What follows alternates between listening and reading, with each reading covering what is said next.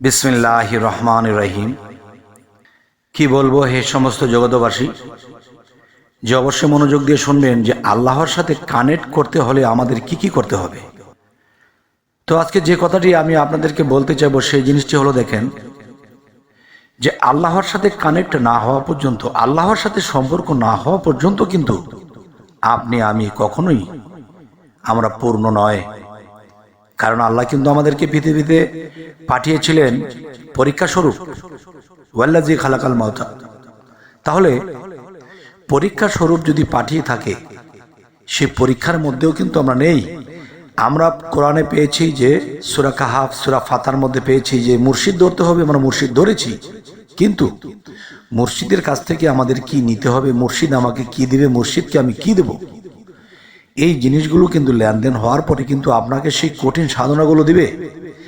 সেই সাধনাগুলো করতে যায় মনে মনে ভাববেন আমি চাকরি করি, ব্যবসা করি, আমি এই সাধন কিভাবে করি।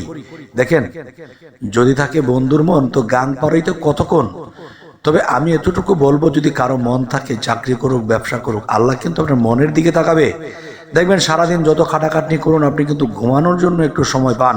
তো ঘুমানোর জন্য যদি আপনি 7 থেকে 8 ঘন্টা সময় পান, তাহলে কিন্তু 1 ঘন্টা আল্লাহকে দিতে পারেন, কিংবা আধা ঘন্টা আল্লাহকে দিতে পারেন, কিংবা 20 মিনিট আল্লাহকে দিতে পারেন।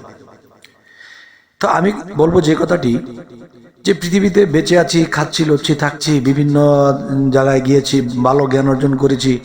এখন দেখেন, যখন মুর্শিদ ধরা হয়েছে তখন কিন্তু মুর্শিদ যাই কিছু সাধন দিয়েছে, সেই সাধনগুলো আমাদের সাকসেস হলো কি হলো না তাও খবর নিলাম না। নতুন কোনো সাধন আনতে হবে সেটাও করলাম না। তাহলে আবার কি বলি যে মুর্শিদ ধরেছিলাম, কিছু দেখিনি, কিছু পাইনি। তখন কিন্তু শয়তান লোকেরা এই কথা শুনে আপনার মধ্যে কিছু পিন মারার চেষ্টা করে এবং সেখান থেকে আপনাকে বিচ্ছিত করে দেয়। তখন আপনি মুর্শিদ হারা, শরীয়ত হারা, আপনি পরকাল হারা।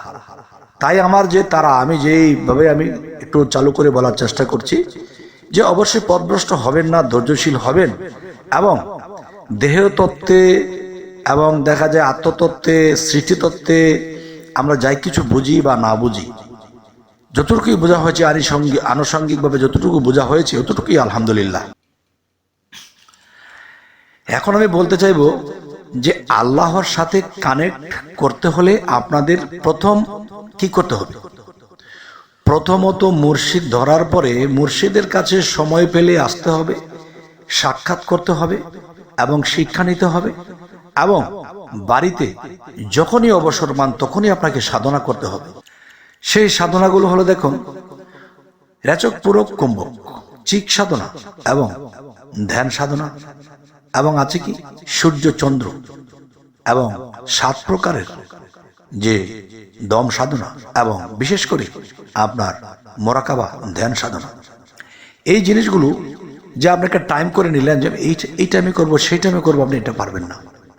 সূরা সাফাত, সূরা ইনসিরার মধ্যে যদি আল্লাহ বলে থাকে তোমরা যখনই অবসর পাও সাধনা করো, তাহলে বোঝা গেল কি আপনার অবসর সময়টুকু যখনই পাবেন তখনই করবেন।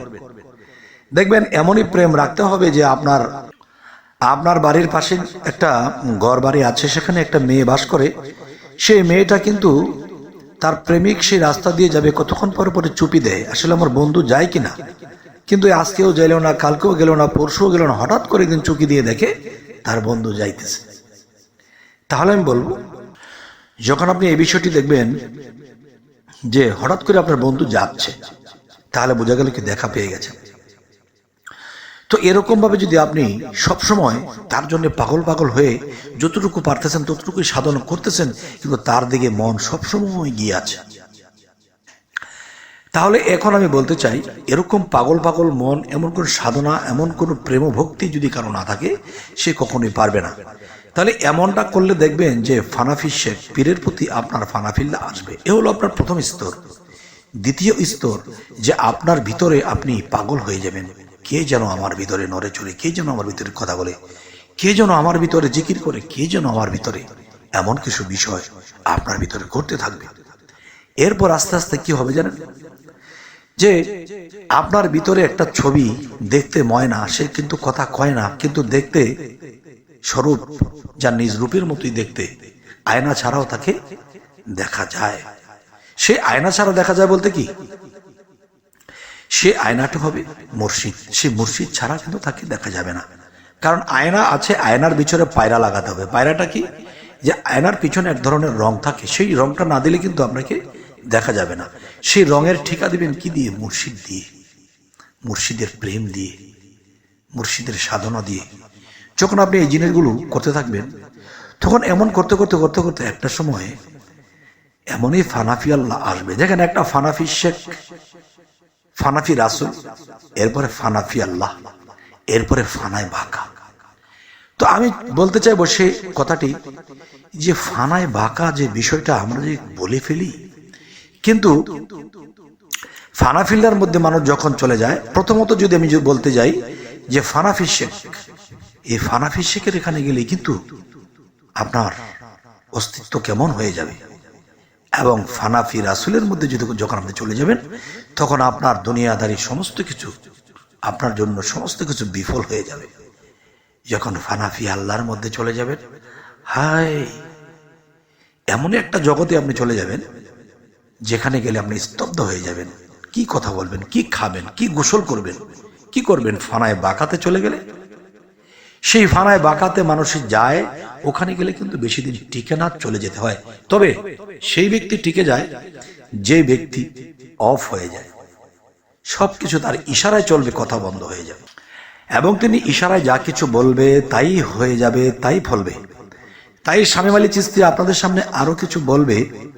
সেটি হলো, দেখুন, যে হযরত ঈসা আলাইহিস সালাম কিন্তু বলেছে তোমরা শিশু হও, শিশু হয়ে যাও। একজন মুর্শিদের কাছে আপনি যত বড় শিক্ষিত, আপনি যত বড় জ্ঞানী হয়ে থাকেন না কেন, আপনার কামেল মুর্শিদের কাছে আপনার শিশু হতে হবে। আর সেই শিশুর দিকে খেয়াল থাকবে। তখন সেই কামেল মুর্শিদ মিশে যাবে আপনাকে নিয়ে কই রাসুলের মধ্যে, সেই রাসুল মিশে যাবে আল্লাহর মধ্যে। আর এরপরে কোথায় মিশবে? কোথায়? আচ্ছা, সেখানে আমি যেতে পারবো না। হে সমস্ত জগতবাসী, আমি ওই পর্যন্তই থাকবো। তো এতটুকু আমি বলে রাখবো যে দেখেন, যদি কেউ চাওয়ার মতো চায়, কোরআনে একটি আয়াতে বলেছে, তোমরা যদি আমাকে ডাকার মতো ডাকো তাহলে আমি সাড়া দেব। আল্লাহ তো জবান দিয়েছে সাড়া দিবে। তাহলে কোন কৌশলে সাধনা, কোন কৌশলে প্রেম ভক্তি, কোন কৌশলে তাকে ডাকতে হবে, এই জিনিসগুলো কামেল মুর্শিদের কাছে গোপনে কানে কানে আদায় করে নেবেন, একদম কানে কানে। দেখবেন এক ধরনের পীর মুর্শিদ বের হয়ে গেছে, সমস্ত শিক্ষা নাভির নিচে দিচ্ছে। তো নাভির নিচে দিতে দিতে এমন অবস্থা করেছে, সেখানে মত্ত হতে হতে একেবারে এমন একটা অবস্থা হয়েছে, উপরের শিক্ষা দেওয়া বলেই গেছে। তা আমার কথা হলো যে ফানাফি বিষয়টি আপনাদেরকে বলতে যাচ্ছি। ফানাফি শেখ, ফানাফি রাসুল, ফানাফি আল্লাহ, ফানায় বাঁকা, এই চারটা স্তর যে লাভ করেছে, সে কে? সে কে হয়ে যায় জানেন? সে কি হয়ে যায় জানেন? আমি পরের পর্বে আরো কিছু ইশারা দিতে থাকবো। তবে আমি এতটুকু বলে রাখবো যে ছোট করে আলোচনাটি করলাম, যদি কেউ এমন ভাবে মানতে পারে, তার শত শত জনম ধন্য হয়ে যাবে। এই জনমই তার সমস্ত কিছু ক্লিয়ার হয়ে যাবে। তবে হ্যাঁ, আরেকটি কথা আমি আমার মনে পড়ে, মানুষের দেহতত্ত্ব, আত্মতত্ত্ব, সৃষ্টিতত্ত্ব সমস্ত কিছু আনুষাঙ্গিকভাবে জানাই ভালো। অত গভীর জানতে গেলে ওখানে বৈজ্ঞানিকের মতো মাথা খেলাতে খেলাতে পরে দেখা যায় আমার বেলা ডুবে যায়। তাহলে আনুষাঙ্গিক যতটুকু দেহতত্ত্বে জানা, এরপরে চলে যেতে হবে সেই উপরে। উপরে কিরকম? আসমানের উপরে না, যেতে হবে কোথায়? যেতে হবে ফানাফি শেখ, ফানাফি রাসুল, ফানাফি আল্লাহ, ফানায় বাঁকা, ব্যাস, আর কিছু লাগবে না। আর এক একটা স্তরে গেলে আপনার কেমন লাগবে সেটা আপনার মুখে একটা ফল দিয়েছি, বাবা কেমন লেগেছে? এমন লেগেছে।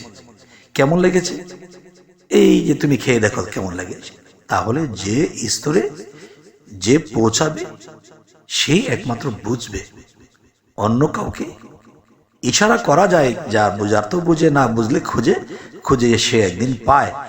তাই শামীম আলী চিশতি আপনাদেরকে যেই কথাটি বলে যায়, এই কথাগুলো যদি আপনারা মানতে পারেন, তাহলে এই মানব জীবন ধন্য হয়ে যাবে জন্ম জন্মান্তর থেকে।